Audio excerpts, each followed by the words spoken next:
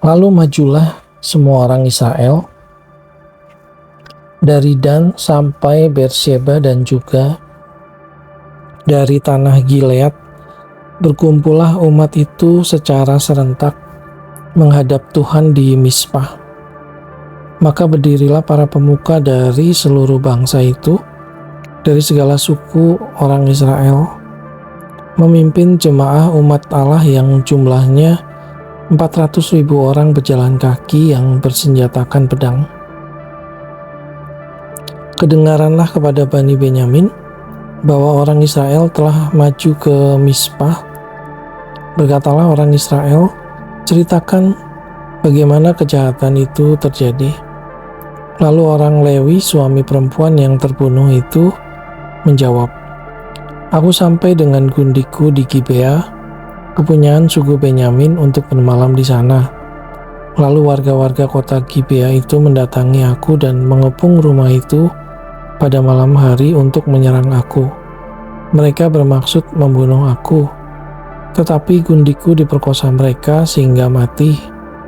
Maka kuambillah mayat gundiku, kupotong-potong dia dan kukirimkan ke seluruh daerah milik pusaka orang Israel, sebab orang-orang itu telah berbuat mesum dan berbuat noda di antara orang Israel.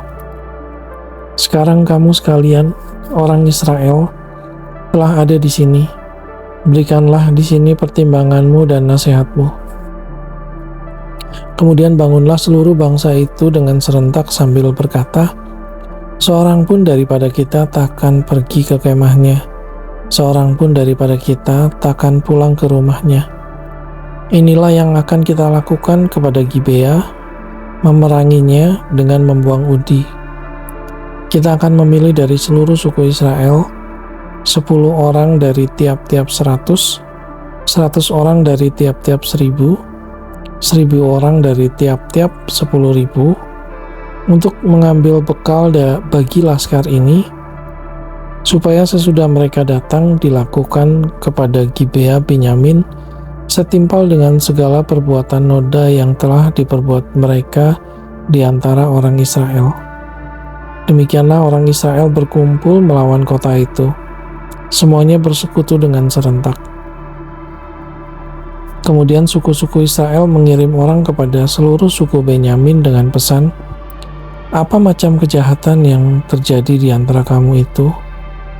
Maka sekarang serahkanlah orang-orang itu, yakni orang-orang Dursila yang di Gibea itu, supaya kami menghukum mati mereka dan dengan demikian menghapuskan yang jahat itu dari antara orang Israel. Tetapi Bani Benyamin tidak mau mendengarkan perkataan saudara-saudaranya orang Israel itu.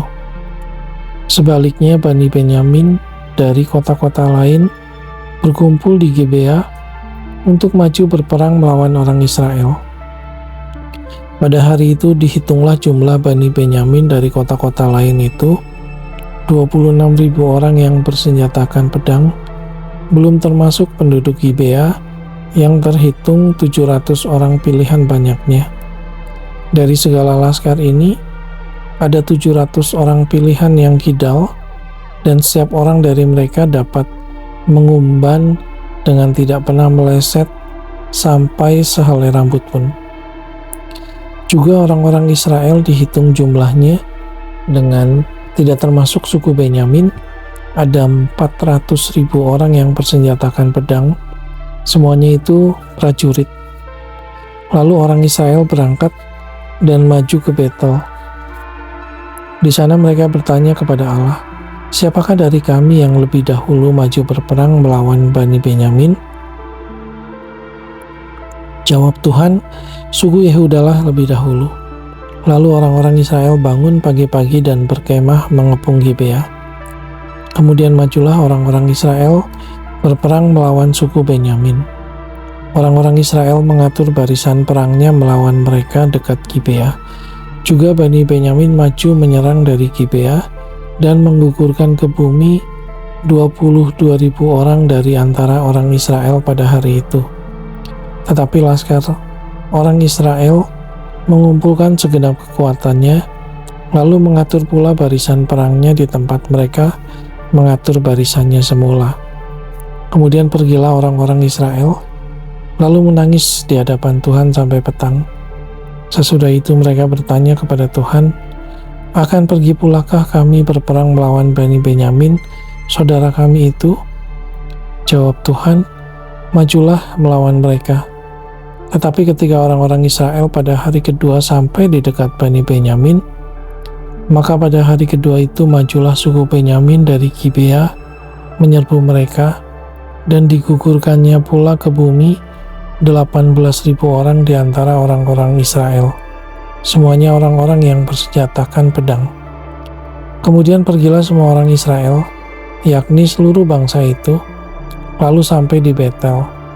Di sana mereka tinggal menangis di hadapan Tuhan, berpuasa sampai senja pada hari itu, dan mempersembahkan korban bakaran dan korban keselamatan di hadapan Tuhan. Dan orang-orang Israel bertanya kepada Tuhan.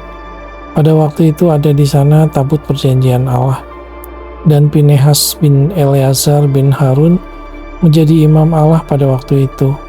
Kata mereka, "Haruskah kami maju sekali lagi untuk berperang melawan Bani Benyamin, saudara kami itu, atau haruskah kami hentikan itu?" Jawab Tuhan, "Majulah, sebab besok Aku akan menyerahkan mereka ke dalam tanganmu." Lalu orang Israel menempatkan penghadang-penghadang sekeliling Gibea. Pada hari ketiga majulah orang Israel melawan Bani Benyamin dan mengatur barisannya melawan Gibea seperti yang sudah-sudah. Maka majulah Bani Benyamin menyerbu laskar itu. Mereka terpancing dari kota dan seperti yang sudah-sudah, mereka mulai menyerang laskar itu pada kedua jalan raya, yang satu menuju ke Betel dan yang lain ke Gibea melalui padang, sehingga terbunuh beberapa orang, kira-kira 30 orang di antara orang Israel. Maka kata Bani Benyamin, "Orang-orang itu telah terpukul kalah oleh kita seperti semula. Tetapi orang-orang Israel telah bermufakat lebih dahulu. Marilah kita lari dan memancing mereka dari kota ke jalan-jalan raya."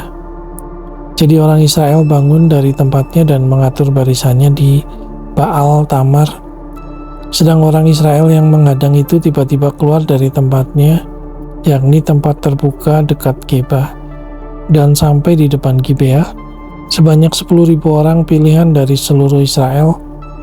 Pertempuran itu dahsyat, tetapi Bani Benyamin tidak tahu bahwa malapetaka datang menimpa mereka. Tuhan membuat suku Benyamin terpukul kalah oleh orang Israel, dan pada hari itu orang-orang Israel memusnahkan dari antara suku Benyamin 25.100 orang, semuanya orang-orang yang bersenjatakan pedang. Bani Benyamin melihat bahwa mereka telah terpukul kalah, sementara orang-orang Israel agak mundur di depan suku Benyamin, sebab mereka mempercayai penghadang-penghadang yang ditempatkan mereka untuk menyerang Gibea. Maka segeralah penghadang-penghadang itu menyerbu Gibea. Mereka bergerak maju dan memukul seluruh kota itu dengan mata pedang. Tetapi orang-orang Israel telah bermufakat dengan penghadang-penghadang itu untuk menaikkan gumpalan asap besar dari kota itu. Ketika orang-orang Israel mundur dari pertempuran itu, maka suku Benyamin mulai menyerang orang Israel, sehingga terbunuh kira-kira 30 orang. Karena pikir mereka, tentulah orang-orang itu terpukul kalah sama sekali oleh kita, seperti dalam pertempuran yang dahulu.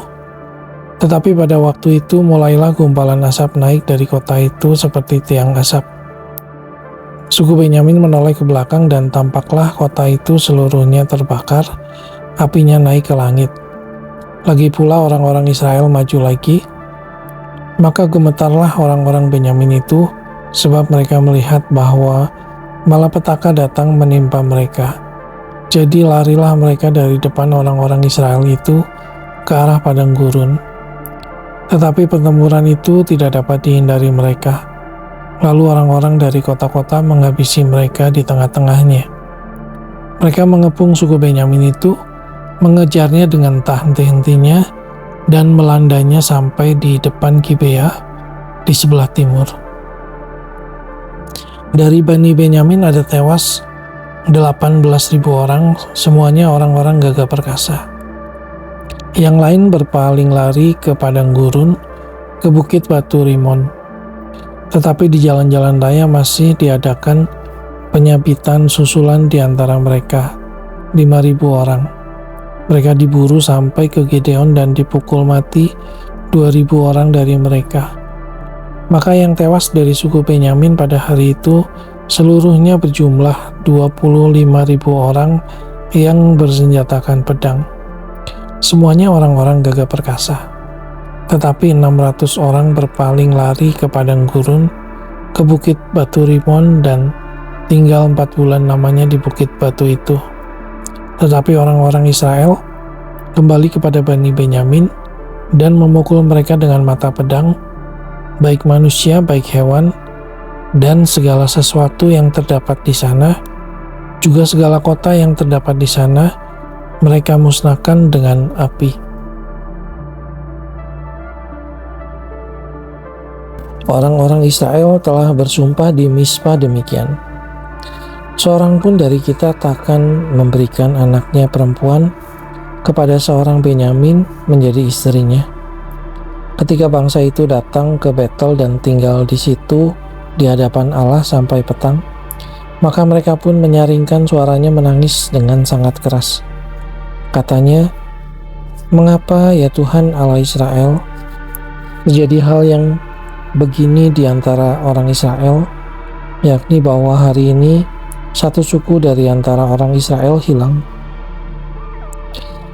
Keesokan harinya pagi-pagi, maka bangsa itu mendirikan mezbah di situ, lalu mempersembahkan korban bakaran dan korban keselamatan. Pada waktu itu berkatalah orang-orang Israel, "Siapakah dari seluruh suku Israel yang tidak ikut datang dengan jemaah ini untuk menghadap Tuhan? Sebab mereka telah bersumpah dengan sungguh-sungguh mengenai orang yang tidak datang menghadap Tuhan di Mispa demikian, pastilah ia dihukum mati." Orang-orang Israel merasa kasihan terhadap suku Benyamin saudaranya itu, maka kata mereka, "Hari ini ada satu suku terputus dari orang Israel. Apakah yang dapat kita lakukan kepada orang-orang yang tinggal itu dalam hal mencarikan istri? Karena kitalah yang bersumpah demi Tuhan untuk tidak memberikan seorang pun dari anak-anak perempuan kita kepada mereka menjadi istrinya. Sebab itu berkatalah mereka, dari suku-suku Israel, adakah satu yang tidak datang menghadap Tuhan di Mispa?" Lalu tampaklah bahwa dari Yabes Gilead tidak ada seorang pun yang datang ke perkemahan jemaah itu. Lalu diperiksa jumlah bangsa itu dan tampaklah tidak hadir seorang pun dari penduduk Yabes Gilead. Maka perkumpulan itu menyuruh ke situ 12.000 orang dari orang-orang gagah perkasa dengan memerintahkan kepada mereka demikian, "Pergilah, pukullah penduduk Yabes Gilead dengan mata pedang, juga perempuan-perempuan dan anak-anak. Tetapi perbuatlah begini, hanya semua laki-laki sajalah dan semua perempuan yang telah pernah tidur dengan laki-laki harus kamu tumpas." Mereka menjumpai di antara penduduk Yabes Gilead 400 orang anak gadis perawan yang belum pernah tidur dengan orang laki-laki. Lalu gadis-gadis itu dibawa mereka ke perkemahan di Shilo di tanah Kanaan. Sesudah itu segenap umat itu menyuruh orang membawa pesan kepada Bani Benyamin yang ada di bukit batu Rimon, lalu memaklumkan damai kepada mereka. Pada waktu itu kembalilah suku Benyamin dan kepada mereka diberikan perempuan-perempuan yang telah dibiarkan hidup di antara perempuan Yabes Gilead. Tetapi belum cukup juga jumlahnya bagi mereka. Maka bangsa itu merasa kasihan kepada suku Benyamin, karena Tuhan telah membuat keretakan di antara suku-suku Israel.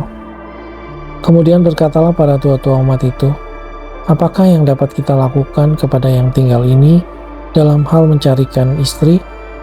Sebab perempuan-perempuan telah punah dari antara suku Benyamin."